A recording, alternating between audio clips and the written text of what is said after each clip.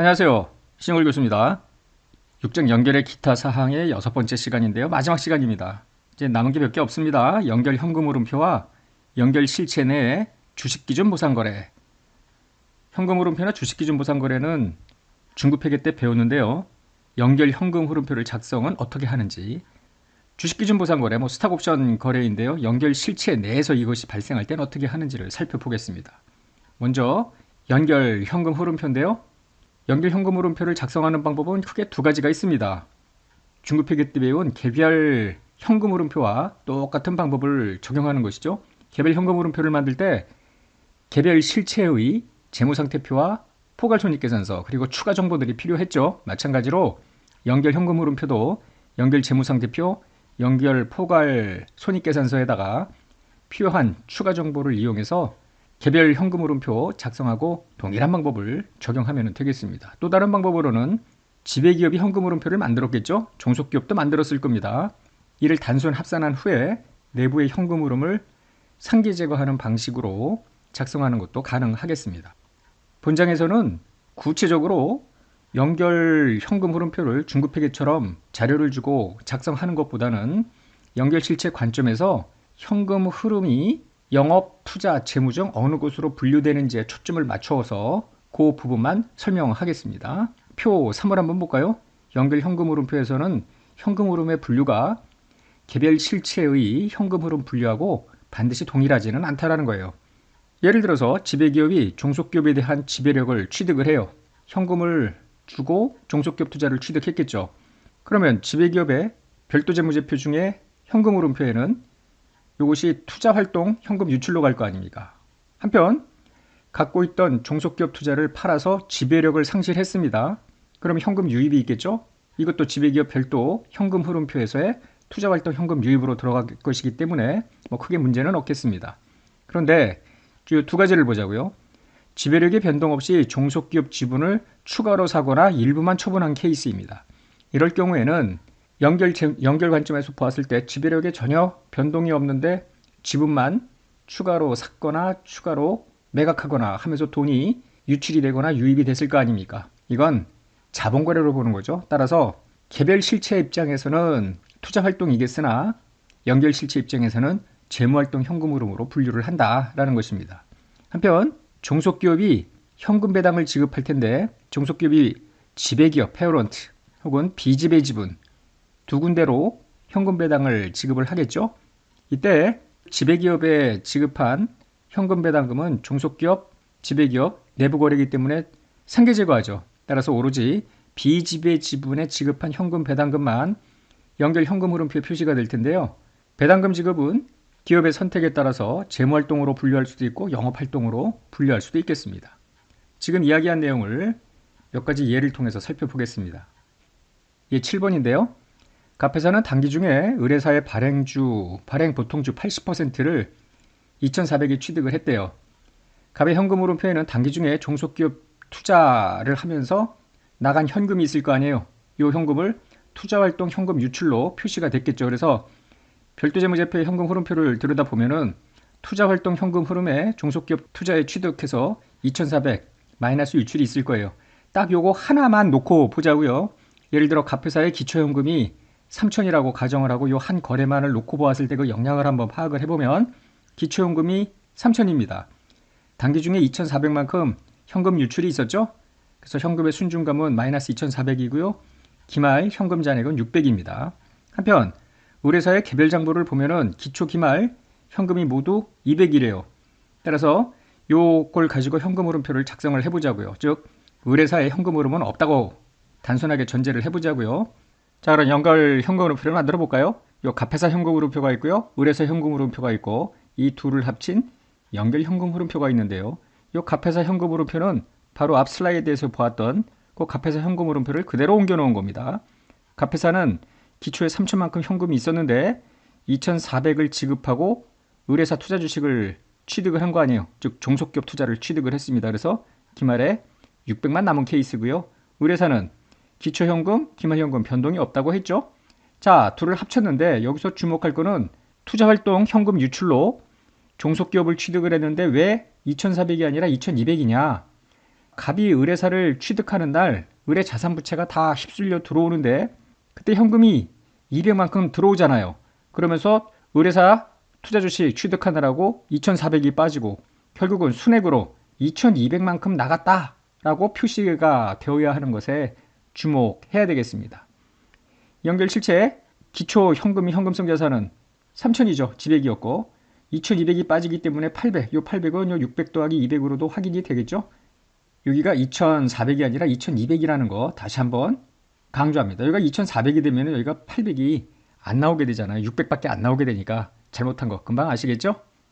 예, 8번을 한번 볼까요?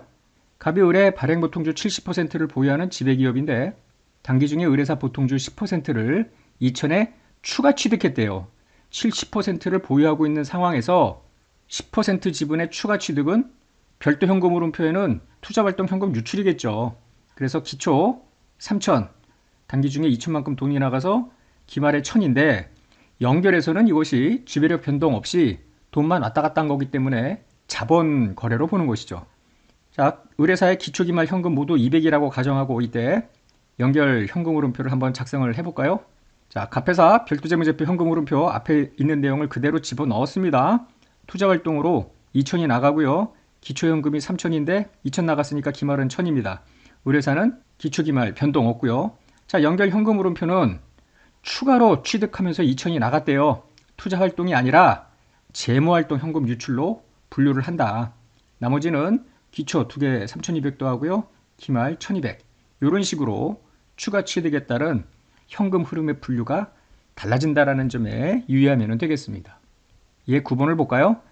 P회사는 S회사의 지분의 80%를 소유하는 지배기업인데 종속기업이 1,000원의 현금 배당을 지급을 했대요. 1,000원 중에 800이 페어런트로 갔을 거고요. 200이 B집의 지분으로 갔겠네. 그죠? 요 800원 이미 우리가 4장에서 또 공부했던 것처럼 내부 거래이기 때문에 얘는 연결 현금 흐름표에 들어올 리가 없겠죠. 자, 배당금의 수치는 영업활동, 배당금의 지급은 재무활동 현금 흐름으로 분류하겠다라는 겁니다. 그러면 자, 지배기업의 현금 흐름표는 배당금을 받으면서 영업활동으로 분류를 하죠. 그래서 현금성 자산의 순준가는 800입니다. 종속기업은 초만큼 돈이 나가죠. 근데 배당금 지급은 무조건 재무활동으로 하기로 했죠. 단순 합산하면은 여기에 플러스 800 마이너스 1000이겠지만 아니라는 거지. 800만큼은 여기서 800, 여기서 800. 요거는 내부 거래이기 때문에 지워줘야 되고요. 순수하게 B집의 지분에 지급한 현금 배당금만 재무활동 현금 흐름으로 분류를 하면 되겠습니다. 우리가 이 고급회계 4장에서 다양한 내부 거래 혹은 내부 미실현 손익이 있는 경우에 재거 분계 등을 많이 공부를 했습니다. 많이 복잡했죠, 그 당시에. 그런데 내부 거래나 내부 미실현 손익은 현금 흐름과는 무관하잖아요. 따라서 현금 흐름표 작성할 때는 단순하게 생각을 하시면 되겠습니다. 일단 단순 합산 현금 흐름표에서는 내부 거래나 미실현 손익의 제거 부분이 이미 다 조정이 되어 있겠죠. 그래서 추가로 고려할 것은 없겠다라는 겁니다. 예를 볼까요? 지배기업인 P회사는 단기에 종속기업인 S회사에 원가 1,000원짜리 재고를 1,500원에 외상 판매했고요. S회사는 단기말 현재 P로부터 매입한 상품을 모두 보유한대요. 그러니까 내부거래 이익 요 500이 단기말에 계속 미실현 상태입니다. 매입 채무도 결제하지 않은 상태래요. 이 거래만 있다고 가정하고 P회사와 S회사의 개별 현금 흐름표, 연결 현금 흐름표를 작성해보자라는 겁니다. 일단 한번 분계부터 보자고요. 지배회사는 개별 장부에 매출을 인식하면서 매출채권, 더 나가면서 이제 재고자산 죽이고 매출원가 이렇게 회계 처리했겠죠. 한편 하향 거래입니다. 이걸 매입한 S회사는 재고자산 매입채무 이렇게 분계를 했을 텐데 개별 거래에서 어디를 보더라도 현금의 유출입은 없습니다. 그런데 이제 지배회사 재무제표를 보면은 매출이 매출원가보다 500이 많기 때문에 당기순이익 500 이렇게 간접부으로 시작할 때 500이 올라갈 테고요. 현금 흐름표 작성할 때 매출 채권의 증가 빼야 되겠죠. 재고자산의 감소 더해줍니다. 그러니까 현금 흐름은 없죠. 종속회사의 개별 현금 흐름표도 매입채무 증가는 더하고 재고자산 감소는 빼고 해서 역시 0입니다. 쭉 여기를 더해버리면 뭐 당기순이익 500 뭐 이런 게 아니라 여기 있는 거하고 여기 있는 거하고 전부 상계돼서 사라지기 때문에 아무것도 들어오지 않는다. 이렇게 생각을 하시면 되겠습니다. 별로 어렵지 않았죠? 자, 이번에는 연결 실체 내 기업의 주식 기준 보상 거래를 살펴보겠습니다. 스탁옵션 회계 처리인데요. 개별 실체를 본다면은 어떤 개별 실체 A라는 회사 같은 경우에 종업원한테 스탁옵션을 부여를 하죠. 그리고 예를 들어 뭐 3년 동안 근로를 제공하면 그 이후에 요 부여했던 스탁옵션을 행사할 수 있다라는 것인데, 이때 개별 기업은 스탁옵션을 부여하는 날 페어밸류 공정가치로 부여한 스탁옵션을 측정을 하여 요 기간에 걸쳐 안분해서 비용으로 인식을 했죠. 물론 미래에 가득할 것으로 예상되는 스탁옵션 수량을 추정해서 공정가치를 곱하고 여기 같은 경우에 총 3년 중 1년씩 계속 보상 비용을 반영을 하는 거죠. 그럼 연결 실체 내 기업의 주식기준 보상 거래라는 것은 무엇인가? 거래 상대방으로부터 재화 용역을 제공받는 연결 실체 내 어떤 기업하고 그 대가를 결제하는 연결 실체 내 어떤 기업이 같아야 되는데 다를 수도 있겠다. 이게 무슨 이야기냐면은 여기 대표적인 예가 있는데요. 지배기업인 상장기업이 있다고 가정을 해요. 신약개발 목적으로 비상장 종속기업을 소유하고 있습니다. 이게 종속기업입니다. 근데 이제 비상장 종속기업의 신약개발을 수행하는 이 임직원들이 있을 거 아니에요. 여기다가 스탁옵션을 주는데 비상장이니까 스탁옵션을 받아봐야 나중에 이거를 상장기업과 달리 뭐 주가 상승에 따른 차익을 얻기가 좀 불편할 거 아니에요. 그래서 지배 입장에서 신약개발 성과를 촉진하기 위해서 스탁옵션을 부여를 하는데 이 비상장 종속기업, 즉 근무하고 있는 회사의 주식이 아니라 지배기업 주식을 수취하는 스탁옵션을 종속기업 임직원한테 부여하는 겁니다. 그러니까 대가를 결제하는 연결실체 기업은 지배기업이고 근로자로부터 재화나 용역을 제공받는 회사는 요 비상장 종속기업이고, 이럴 경우에 종속기업과 지배기업이 각각 어떻게 회계 처리를 하느냐를 다루는 것입니다. 먼저 재화나 용역을 제공받는 연결실체 내 기업입니다. 이제 종속기업 이야기를 해보자고요. 그러면 자신의 별도 재무제표에 부여된 권리의 속성 및 재화 용역을 제공받는 기업의 권리 의무를 평가해서 제공받는 재화나 용역을 측정합니다. 일반적인 스탁옵션의 회계 처리를 하는 거예요. 단 제공받는 기업이 인식하는 금액이 결제 기업이 인식하는 금액과 다를 수도 있겠습니다. 이거는 어쩔 수가 없는 거고요. 다음 중 하나 이상에 해당되면 주식결제형으로 하라는 건데요. 부여된 권리가 기업 자신의 지분 상품이고요. 기업은 주식 기준 보상 거래를 결제할 의무가 없다. 즉 지배기업이 결제를 하기로 했기 때문에 나는 아무것도 안 해도 돼. 그러면 이건 주식결제형입니다. 만약에 현금으로 뭔가 보상을 한다 그러면 의무가 있는 것이고요. 그거는 현금 결제형이 되겠죠. 한편 주식기준 보상거래의 대가를 결제하는 연결실체, 좀 전에 보았던 그 예에서 지배기업이 되겠습니다. 해당 거래가 자신의 지분 상품으로 결제되는 경우에는 주식결제형입니다. 반면에 지배가 현금으로 스탁옵션의 행사 금액만큼을 결제하는 거라면 현금 결제형으로 해야 되겠죠. 지금 이야기한 내용을 예 11번을 통해서 확인해 보겠습니다. X1년 초에 지배기업인 갑이 종속기업인 을의 종업원 50명한테 3년 동안 근무할 것을 조건으로 주식선택권 100개씩을 각각 부여를 했다는 거예요. 이때 부여의 현재 주식선택권의 공정가치는 단위당 30이라고 가정을 하고요.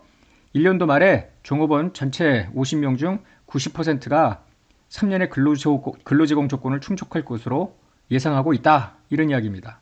그러면 종속기업인 을회사는 어떻게 회계 처리하냐면은 보상비용을 인식을 해야 됐죠. 50명 중 90%가 가득할 것 같은데 한 명당 100개고 단위당 30원인데 총 3년 하냐. 그 중에 지금 첫 해년도니까 3분의 1. 기억나시죠? 중급회계 때 했던 겁니다. 요거 보상비용.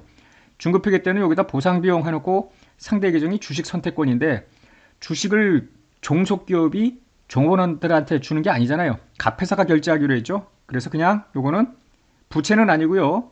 자본의 특정 항목입니다. 그래서 자본 항목 이렇게 일단 회계 처리를 하고요. 같은 해에 지배기업인 갑은 어떻게 하냐면은 여기서 45,000에 주식 선택권을 인식을 하는 거예요. 이러면서 이 주식 선택권의 상대 계정은 뭐냐면은 종속기업에 대한 투자로 회계 처리를 하는 겁니다. 종속기업 투자. 그러면 이쪽에 종속기업 투자하고요. 다시 앞으로 가볼게요. 이쪽에 자본 항목을 연결재무제표를 작성을 할 때 서로 상계를 하는 거죠. 그러고 나면 남는 것은 연결재무제표의 주식보상비용과 주식선택권만 덩그러니 남게 된다. 이런 이야기입니다. 자, 여기까지 해서 전체 6장의 내용을 종료하겠습니다. 상당히 많은 내용을 우리가 다뤘고요. 여러분들이 충분하게 복습하시기 바랍니다. 끝내겠습니다. 수고하셨습니다.